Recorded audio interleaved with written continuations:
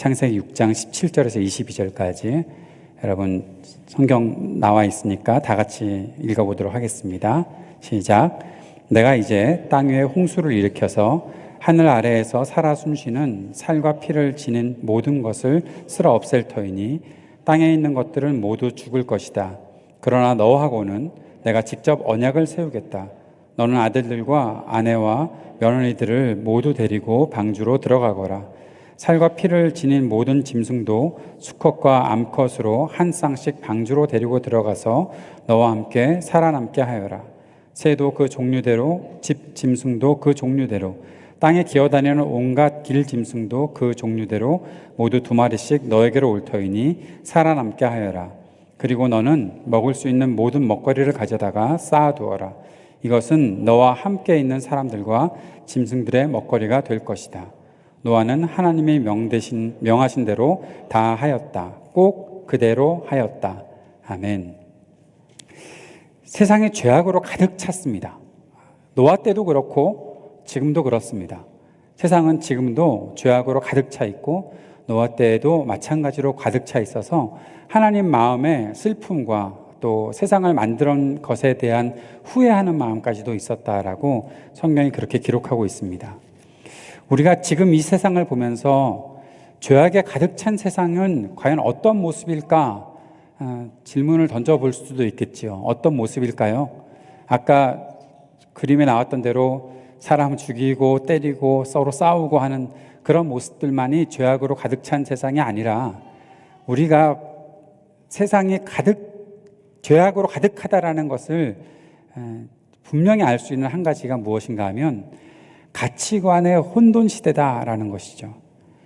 6장 5절의 말씀에는, 창세기 6장 5절의 말씀에는 이런 말씀이 있는데, 주님께서는 사람의 죄악이 세상에 가득 차고 마음에 생각하는 모든 계획이 언제나 악한 것뿐임을 보시고서라고 말하고 있습니다. 마음에 생각하는 모든 계획이 언제나 악하다.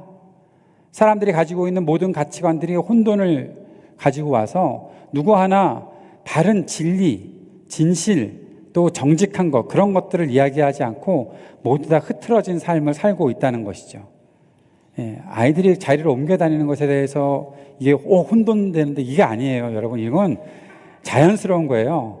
아이들이 부모님을 찾아간다는 게 얼마나 다행스럽습니까? 그런데 이게 아니라 생각이, 계획이 정말 아무렇게나, 그걸 우리가 어디서 보았었나 하면 사사기 말씀에서 보았지요. 누구 하나도 어떠한 진리를 따라가는 것이 아니라 각자 다 원하는 대로 하고 있는데 그 모든 것들이 결국 사람들을 하나님으로부터 멀어지게 만들고 있다는 것이죠. 그것을 가리켜서 우리는 죄악에 가득 찬 세상, 악하고 타락한 세상이라고 표현할 수 있을 것 같습니다. 그런데 여러분, 한 가지 상상해 보시겠습니까? 세상에 모두가 다 악하고 죄악으로 가득 차 있는데 나 혼자만 의인이에요. 우리 가족만 의인이에요. 우리 가족만 하나님께서 우리 가족만 예뻐하세요. 다른 사람들은 다 죄악에 빠져 있어요. 여러분, 잠깐 조금 교만한 생각을 하시고 주위에 사람들을 둘러보시면서 이 죄인들 한번 이렇게 한번 쳐다보실래요? 이 죄에 빠진 사람들. 나만 남았네? 가족이 같이 있으면 우리 가족만 남았네? 이 죄인들, 우리 가족만 남았네. 노아 시대가 바로 그런 시대였다는 것이죠. 여러분, 그런데 나 혼자서 하나님의 은혜를 입었다. 나 혼자서 하나님의 말씀을 듣고 있다. 그런 상상을 한번 해보시겠습니까? 그러면 어떨까요? 어떻게 살 수 있을까요? 우리가 살아가고 있는 이 에임스 땅에 나만 의인이에요. 나만 하나님을 믿고 있고 나만 하나님 앞에 바르게 서 있고 다른 그 누구도 하나님을 따르지 않아요. 다 죄악의 길로 가고 있어요. 다 나를 어떤 눈으로 쳐다볼까요? 나만 하나님의 사람이라고 한다면. 괜찮으시겠어요? 원래 그렇게 살아왔으니까.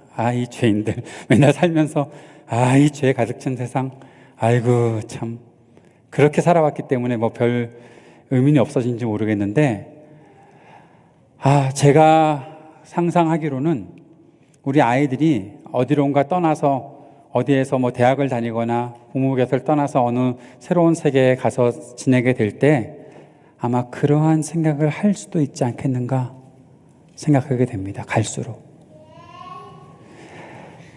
우리가, 아멘이라고 그랬나?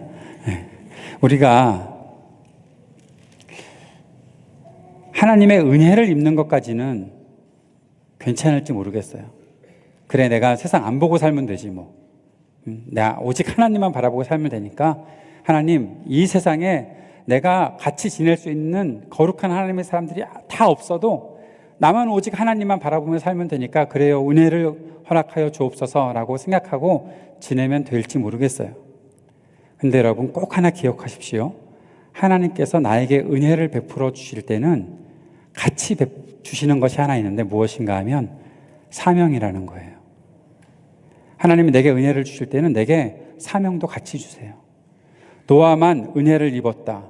8절 말씀에, 6장 8절 말씀에 노아만은 주님께 은혜를 입었다라고 해놓고 있는데 그 다음에 말씀이 노아에게 하나님께서 방주를 만들어 내가 이 세상을 다 쓸어버릴 텐데 너와 네 가족과 그리고 한 쌍씩 있는 그 모든 짐승들을 살릴 방주를 만들어. 그것이 너의 사명이야 라고 하시면서 그 사명을 주신다는 거예요. 노아가 몇 년 동안 방주를 만들었을까요? 산 위에다가 노아가 몇 년 동안 방주를 만들었을까요? 그건 아무도 몰라요. 예. 어떤 분, 저 어렸을 때 120년 동안 노아가 방주를 만들었다고 들었었거든요. 근데 성경을 아무리 읽어봐도 120년이라는 구절이 안 나온다는 걸 알고 제 어렸을 때 저를 가르치셨던 분들께 얼마나 배신감이 들었는지 몰라요. 노아가 500살이 넘어서서 아들들을 셋을 낳았는데 그 아들들을 다 낳고 나서 방주를 만들기 시작했으니까 600세 되던 해에 홍수가 일어났으니까 분명히 120년 아니거든요. 100년도 채 안 될 것 같아요. 어떤 분은 아무리 따져봐야, 성경적으로 따져봐야 한 40년 동안 만들지 않았을까 그렇게 얘기를 하고 있습니다. 40년? 조윤호 집사님이 태어나서 지금까지 방주만 만들고 있는 거예요. 예, 그렇게 살 수 있겠어요? 아무도 없어요. 내 편이 아무도 없어요. 사람들이 너 왜 그러니 싶은 거예요. 만약에 에임스 허 벌판에 방주를 만든다고 하면 혹시 여기가 홍수가 일어날지 모르겠으니까 괜찮을 것 같은데 산 위에다가 배를 만들어? 쟤 뭐 하는 거야? 라고 수십 년이 지나가면서 사람들이 보면서 노아를 놀렸을 수도 있어요. 뭐라고 했을까요, 과연? 너 뭐 하는 짓이야? 왜 거기다가 배를 만들어? 배를 만드는 것도 이상한데 왜 거기다가 만들어? 그리고 이 세상에 다 홍수가 난다고? 노아가 설명 안 했을까요? 이 죄인들한테 난 말도 한마디도 안 붙일 거야. 그래서 한 40년, 몇십 년 동안 한마디도 안 하고 지냈을까요? 말했을 거 아니겠어요? 하나님께서 심판하실 거야. 그래서 우리가 방주를 만들고 있는 거야. 우리가 회개해야 될 거야. 노아가 그 얘기 정도는 하고 살았을 것 같은데 아무리 제가 생각해봐도 얘기는 하지 않았을까 싶은데 근데 아무도 노아의 가족과 함께 배를 탔다는 기사가 없어요. 노아의 가족만 남았어요. 사람들이 그렇게 생각하고 있는 시대에 노아는 사명을 받고 은혜를 받고 배를 만들고 있었어요. 왜냐하면 하나님께서 주신 명령이고 그 명령을 순종하며 살아가는 것이 마땅했기 때문에 라는 것이죠.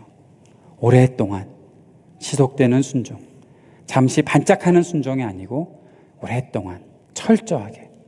22절 말씀, 노아는 하나님이 명하신 대로 다 하였다, 꼭 그대로 하였다. 이 말씀이 얼마나 은혜가 되는지 몰라요.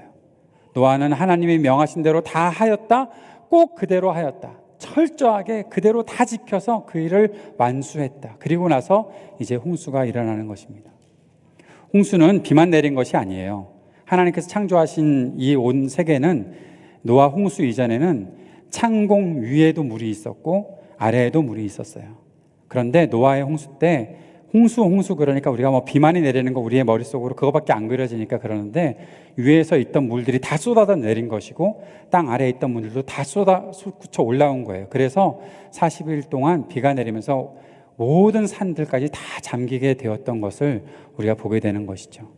그 이후에 창공 유해물이 없어짐을 통해서 사람의 수명도 줄어들게 되었어요. 노아 이전의 사람들은 노아까지도 뭐 600살 넘게 훨씬 넘게 살았을 텐데 그 이후의 사람들의 수명은 한 120살 뭐 그 정도로 확 줄게 되었던 모든 것들이 모든 생태계나 자연 환경들이 바뀌었을 것이다 라는 그런 추측이 분명히 가능한 것이라 생각을 합니다. 거기까지 이야기해 놓고 오늘 한 가지만 우리 마음속에 기억하고 돌아갔으면 좋겠습니다. 나는 그럴 수 있겠는가라는 것이죠. 모두 다 죄악에 빠져 살고 모두 다 혼돈된 가치관을 가지고 살고 제 멋대로 살아가고 있는 이 시대에 나 한 사람 하나님께서 은혜를 주셨을 때에 그리스도인들을 또한 이렇게 모아주시고 함께 믿음을 지키는 사람들을 우리에게 불러주셨을 때에 나는 하나님의 뜻대로 살아갈 수 있는 사람인가? 끊임없이 끝까지 오랫동안 완전하게 그렇게 하나님의 뜻을 순종하며 살아갈 수 있겠는가라는 것이죠. 그러지 못할 때가 너무 많지 않아요? 세상에 나아가서 그 혼돈된 가치관 속에 나도 쑥 들어가서 나도 그래 같이 그렇게 살자. 성경이 말하지 않는 어떠한 진리들을 나도 그냥 막 따라가면서 살자. 세상이 다 변하고 있는데 세상이 다 그렇게 하는데 남들 다 그렇게 하는데 내게 주시는 하나님의 말씀이 뭐고 내가 하나님의 말씀을 따라간다는 것이 뭐야? 주일날 가서 예배만 드리면 되지 그것에 대해서 내가 뭐 특별히 반응할 필요가 있는가? 그냥 살면 되는 것이지 라고 살아가는 때가 참 많지 않을까요? 제가 지난 주일에 저희 딸의 이야기를 전해 듣고 마음속에 많이 감동이 됐는데 그 이야기를 오늘 꼭 나누고 싶은 생각이 들었어요. 제 아내나 제 딸이 찬성할지 모르겠지만 여러분께 들려드리고 싶어요. 저희 딸이 지금 뮤직 페스티벌을 오늘 어저께까지 하고 이제 3주 동안에 하고 끝났는데 그 챔버 뮤직 페스티벌이 끝났는데 지난 주일 저녁 때 두 번째 주일이 끝나는 그 시간에 저녁 때 모여서 같이 시 낭송을 하는 시간이 있었대요. 학생들이 다 모여서 시 낭송을 하자. 그래서 각자 시를 준비해 와서 시 낭송을 하는 시간이었죠. 그런데 저희 딸이 이제 뭐 특별히 주목받고 싶은 생각 없어서 조금 코믹한 시 짧은 거 하나 하고 뭐 시인 이름을 얘기했는데 저는 그런 이름 잘 까먹으니까 제가 아는 시인은 오직 김소월밖에 없는 것 같아요. 근데 아무튼 어떤 유명한 시인의 시를 하나 준비를 해서 그거를 낭송을 해야지 준비를 하고 있었대요. 그런데 시 낭송이 진행되는 동안 갑자기 저희 딸의 마음속에 시편을 낭송하고 싶은 생각이 들어왔대요. 그것도 시편 8편. 주 나의 하나님, 주님께서 지으신 이 세계가 얼마나 위대하고 아름답습니까? 라고 다윗이 고백하는 그 시를 그걸 낭송하고 싶은 생각이 들어왔대요. 다른 학생들은 다 다른 시들을 낭송을 하는데 성경 말씀을 그 자리에서 낭송을 하게 되면 무슨 일이 생길까? 그러면서 마음에는 이걸 하고 싶은데 다른 아이들이나 선생님들이 볼 때 나를 뭐라고 그럴까? 그런 생각이 들어왔대요. 그래서 학교에 같이 학교를 다니고 있는 다른 크리스찬 친구들, 뭐 여러 친구들한테 텍스트를 보냈대요. 내가 지금 성경을 낭송을 하고 싶은데 너희들 어떻게 생각하니? 했더니 용기는 가상하나 꼭 그래야 되겠니? 뭐 그런 답변들. 내가 다른 시를 소개해 줄게, 다른 거. 뭐 그런 이야기들도 오고 그랬대요. 그런데 저희 딸의 마음속에 성경 시편 8편을 사람들에게 들려주고 싶은 마음들이 하나님께서 주신 마음이라는 것이 확신이 들고 그것을 거부하고 싶은 마음이 전혀 없이 그것을 따르고 싶은 생각이 들어왔다는 거죠. 저희 딸이 우리 열왕기상을 우리 계속해서 묵상하고 있는데 열왕기상을 묵상하는 가운데서 그 사르밧 과부의 이야기, 엘리야와 사르밧 과부의 이야기가 굉장히 은혜로 닿았었나 봐요. 하나님께서 주시는 마음이 있을 때 세상에 어떠한 것도 합리적인 생각이나 여러 가지 뭐 다른 생각들로서는 뭐 그렇게 하지 않는 것이 좋겠는데 하나님께서 주신 말씀 때문에 그것 때문에 그대로 순종해야 되는 자신의 먹을 것 하나 그거 엘리야에게 바쳐 놓으면 그럼 나는 아무것도 먹을 것이 없는데 라고 생각하는 그런 사르밧 과부, 또 그렇게 하나님께서 말씀하셨다고 그것을 전하는 엘리야의 모습을 보면서 도전을 받고 하나님 말씀을 순종하는 것이 어떤 의미가 있는가, 그것에 대해서 많이 생각을 해봤던 것 같아요. 그 마음 때문에 하나님께서 주신 마음이라는 것이 확신이 돼서 시 낭송을 그대로 했다고 합니다. 다른 친구들로부터 왕따가 될지도 모르고, 다른 친구들이 뭐라고 할지도 모르고, 선생님들로부터 뭐 창피를 당할지도 모르는 그런 상황에 다 시를 낭송하고 자기 차례가 되었을 때 시편 8편을 낭송을 했다는 거죠. 그리고 나서 저희 딸의 마음속에는 큰 평안이 찾아오고, 그날 하루 종일 가지고 있었던 어떠한 고민, 또 여러 가지 힘들었던 것들도 다 없어지는, 또 자기를 찾아와서 욕할 줄 알았던 다른 어떤 친구들이 성경을 낭송해줘서 고맙다고, 그 용기가 참 부럽다고 그렇게 얘기하는 친구들을 만났다는 거예요. 다른 것들은 다 내려놓고서라도 사랑하는 여러분, 하나님께서 내게 주시는 마음이 있을 때 남들이 어떤 반응을 내게 보일지를 걱정하는 것이 아니라 하나님께서 주시는 마음을 가지고서 끝까지 순종해내는 그런 삶 살아보고 싶은 생각 없으십니까? 노아처럼요. 세상에 죄악으로 가득 차 있더라도 하나님께서 주시는 은혜를 받고 그 말씀대로 살고 싶은 마음, 여러분 그 마음 갖고 살고 싶지 않으십니까? 그 하나님의 은혜를 누리면서요 말입니다. 우리에게 하나님께서 원하시는 것은 바로 그것 같습니다.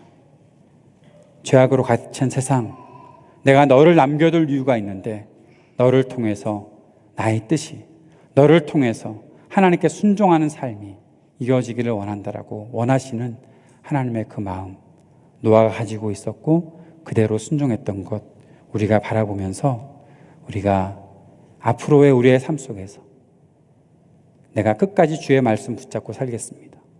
세상의 다른 가치관에 흔들리는 삶이 아니라 하나님의 말씀에 붙잡힌 삶을 살겠습니다. 그렇게 고백하는 저와 여러분의 삶이 될 수 있었으면 좋겠습니다. 여러분, 오늘 예배드리고 있는 우리 자녀들, 그렇게 주의 말씀을 따라갈 수 있는 자녀들로 키워가는 우리 모두가 되었으면 좋겠고, 우리 자신들이 그렇게 하나님께 우리 자신을 드릴 수 있는 삶을 살아갈 수 있었으면 좋겠습니다. 기도하겠습니다. 사랑하는 주님, 오늘 우리에게 말씀해 주신 주의 말씀을 바라보며 죄악으로 가득 찬 세상에 주님의 약속을 붙잡고 주님의 은혜를 받고 그 안에 주님께서 주신 사명들을 끝까지 행하는 우리 모두가 될 수 있도록 인도하여 주옵소서. 우리 자녀들의 마음속에도 하나님을 향한 마음, 하나님께 순종하고 하나님 말씀을 따르고자 하는 마음 가지고 살아가는 우리 자녀들이 될 수 있도록 주님 축복하시고 함께하여 주시옵소서. 예수님 이름으로 기도드립니다. 아멘.